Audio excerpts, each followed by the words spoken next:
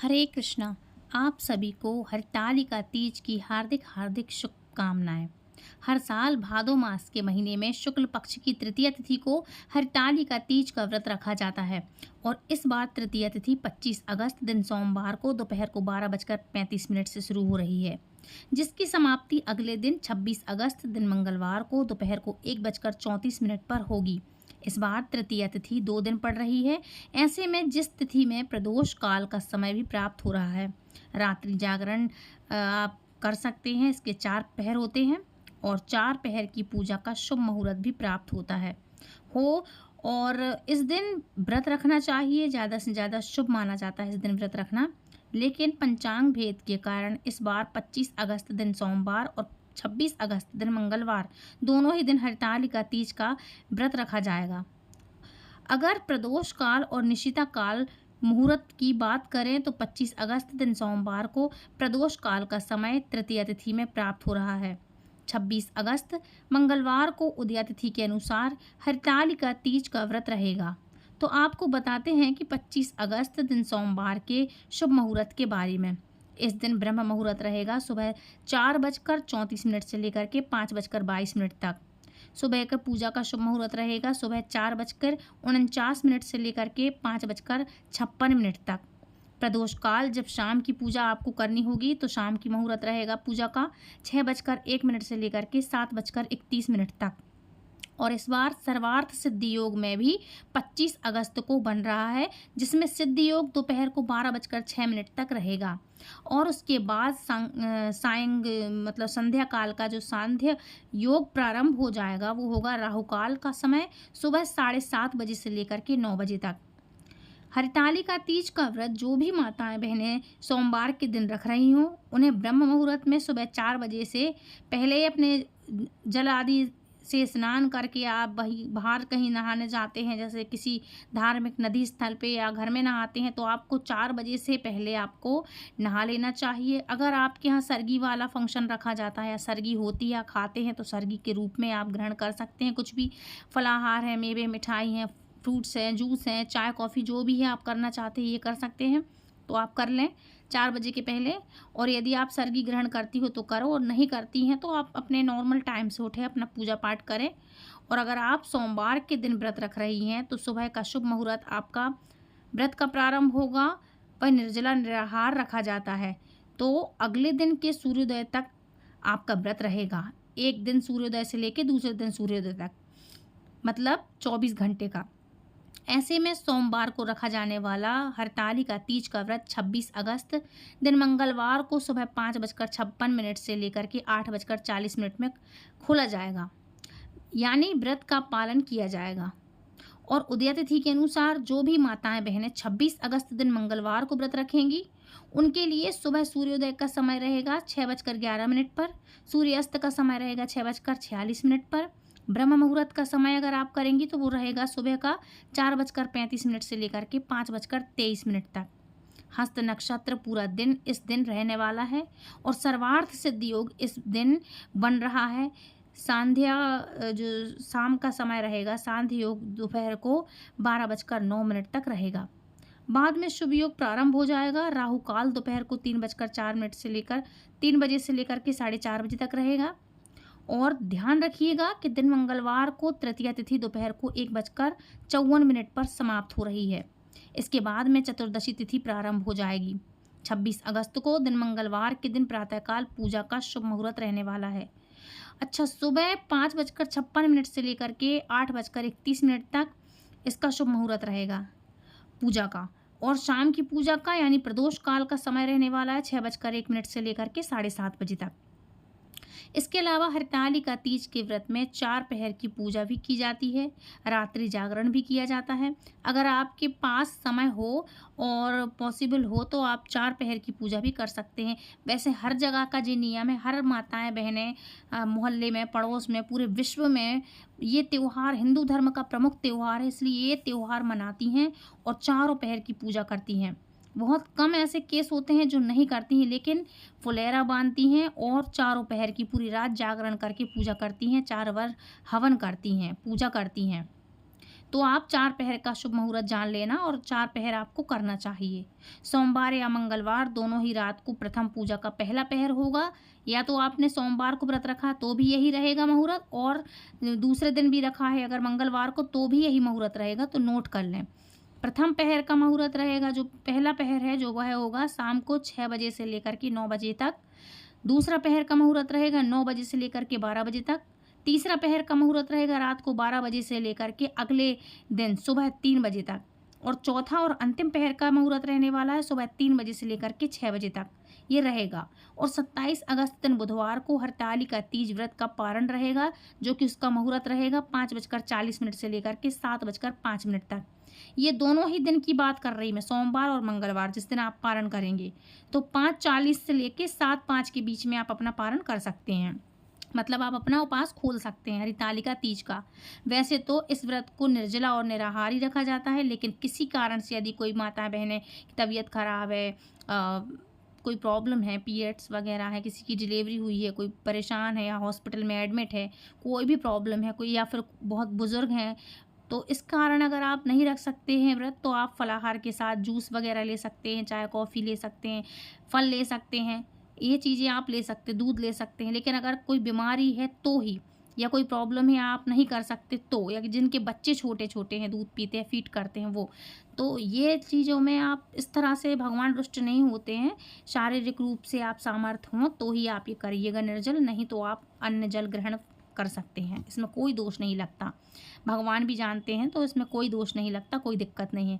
काफ़ी सारे क्वेश्चन होते हैं कि अगर किसी की प्रॉब्लम आ गई, कोई की पीरियड्स आ गए, पूजा कैसे करेंगे, तो इसमें आप क्या करें कि मानसिक पूजा करें। हरतालिका तीज का व्रत भी जेंट्स भी रखते हैं, पत्नी की जगह पति भी रख सकते हैं, या पत्नी रखे पति पूजा कर ले, या दोनों ही मिल के रखते हैं। इनफैक्ट भाई बहन भी रखते हैं, भाई अपनी पत्नी को रख सकती हैं, बहनें रख सकती हैं, भाई बहन मिलके भी रखते हैं अपने अपने लिए। ये एक ऐसा व्रत है जो हर कोई रख सकता है, इसलिए आप लोग रख सकते हैं।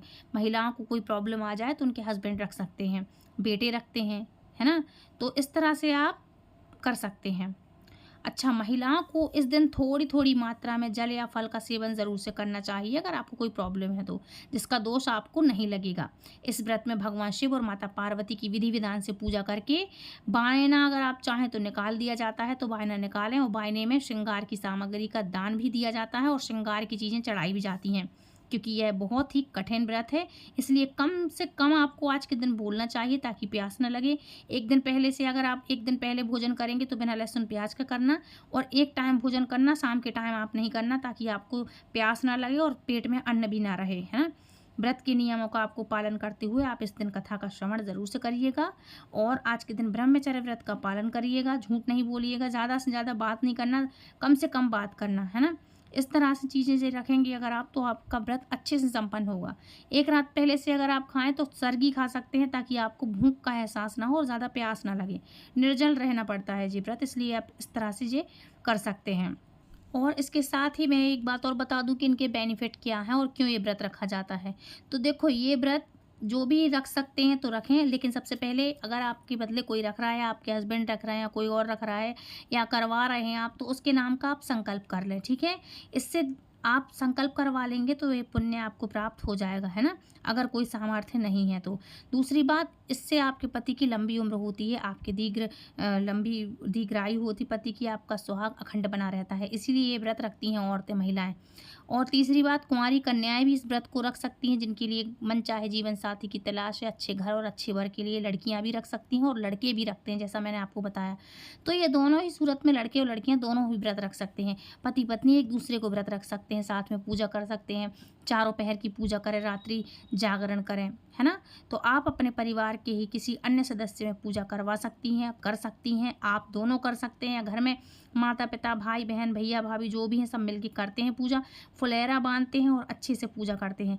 इससे एक चीज़ और होती है कि माँ पार्वती ने जब व्रत किया था तो महादेव को पाया था अपने मन चाहे जीवन साथी के रूप में।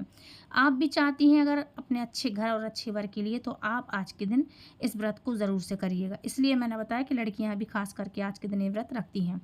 तो ये थे कुछ छोटे छोटे से नियम। अब बात करेंगे इसकी व्रत कथा के बारे में।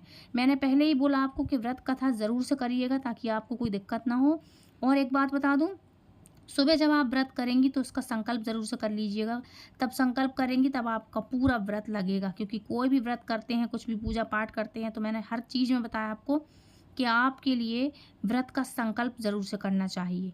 तो आप ज़रूर से करिएगा व्रत का संकल्प। उसके बाद आप दीपक जला करके फिर व्रत व्रत का संकल्प करें कि हम ये व्रत कर रहे हैं। अपना गोत्र नाम बोल करके पानी जल छोड़ दें ज़मीन पर, भूमि पर, तो इससे आपके व्रत का संकल्प हो जाएगा, है ना।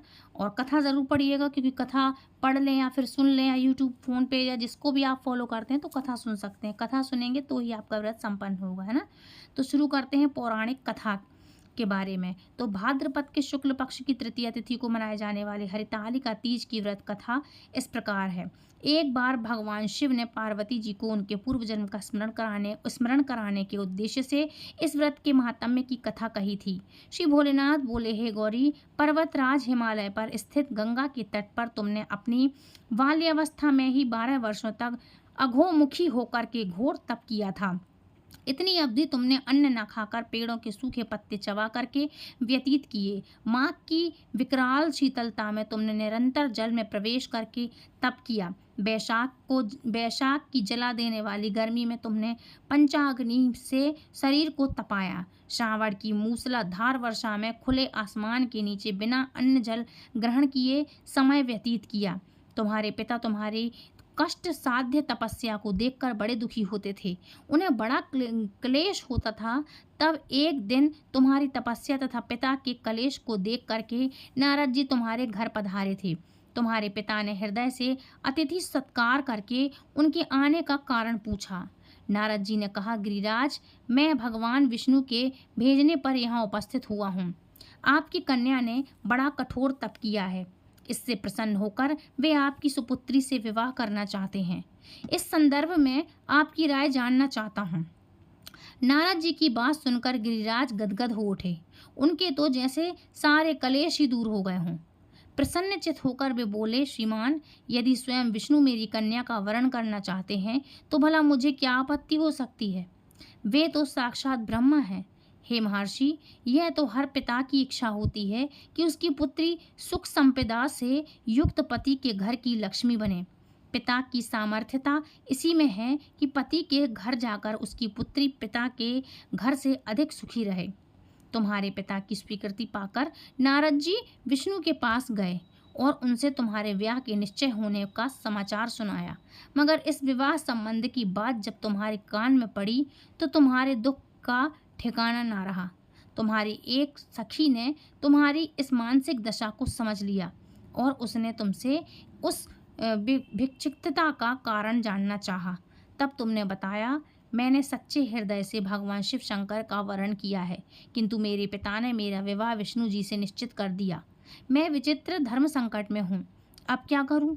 प्राण छोड़ देने के अतिरिक्त अब कोई भी उपाय शेष नहीं बचा है। तुम्हारी सखी बड़ी ही समझदार और सूझबूझ वाली थी। उसने कहा, सखी, प्राण त्यागने का इसमें कारण ही क्या है?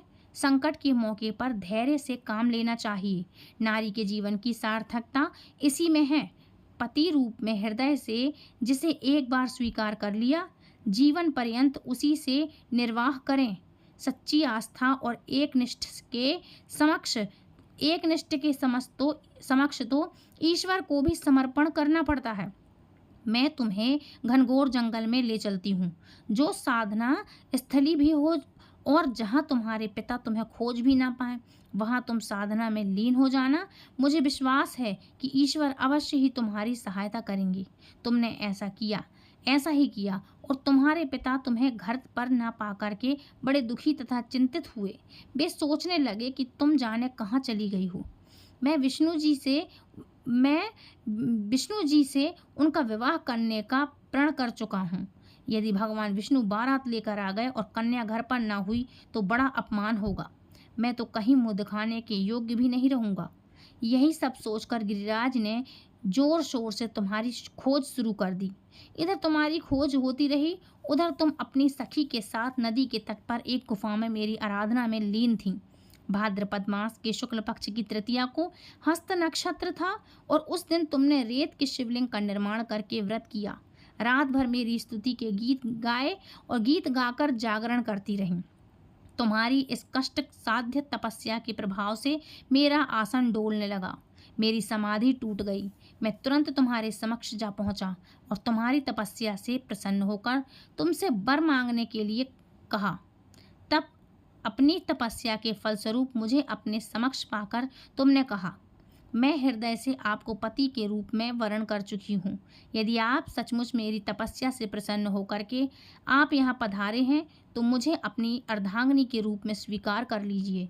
तब मैं तथास्तु कहकर कैलाश पर्वत पर लौट आया।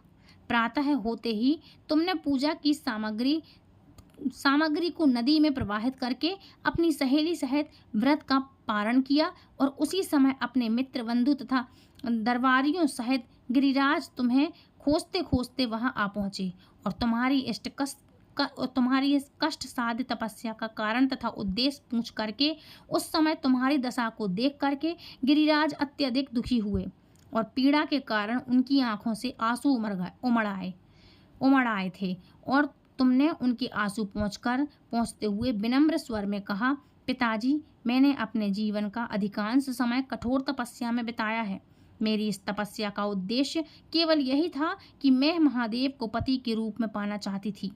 आज मैं अपनी तपस्या की कसौटी पर खरी उतर चुकी हूँ। आप क्योंकि विष्णु जी से मेरा विवाह करने का निर्णय ले चुके थे, इसलिए मैं अपने आराध्य की खोज में घर छोड़ करके चली आई। अब मैं आपके साथ इसी शर्त पर घर जाऊंगी कि आप मेरा विवाह विष्णु से ना करके महादेव जी से करेंगे। गिरिराज मान गए और तुम्हें घर ले गए। कुछ समय के पश्चात शास्त्रोक्त विधि विधान पूर्वक उन्होंने हम दोनों को विवाह सूत्र में बांध दिया और हम दोनों का विवाह करा दिया। हे पार्वती, भाद्रपद मास की शुक्ल पक्ष की तृतीया को तुमने मेरी आराधना करके जो व्रत किया था, उसी के फलस्वरूप मेरा तुमसे विवाह हो सका। इसका महत्व यह है कि मैं इस व्रत को करने वाली कुंवारी कन्याओं को मनवांछित फल देता हूँ।